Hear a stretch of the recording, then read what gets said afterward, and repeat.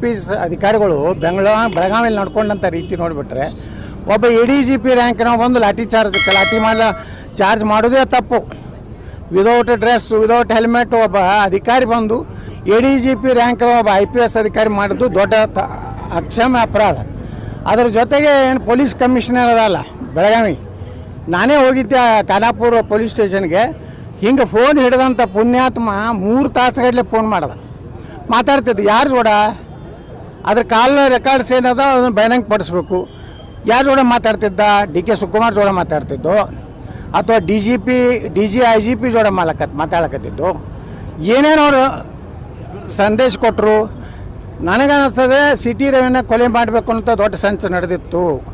ಅವರ ಎಲ್ಲೆಲ್ಲಿ ಅರಣ್ಯ ಪ್ರದೇಶದಲ್ಲಿ ಒಯ್ಯುವಂಥದ್ದು, ನಿರಂತರವಾಗಿ ಪೊಲೀಸ್ ವಾಹನದಲ್ಲಿ ಸಿಟಿ ರವಿಯ ಪಕ್ಕದಲ್ಲಿರೋ ಪೊಲೀಸ್ ಅಧಿಕಾರಿಗಳು ನಿರಂತರವಾಗಿ ಸಂಪರ್ಕ ಇದ್ದರು.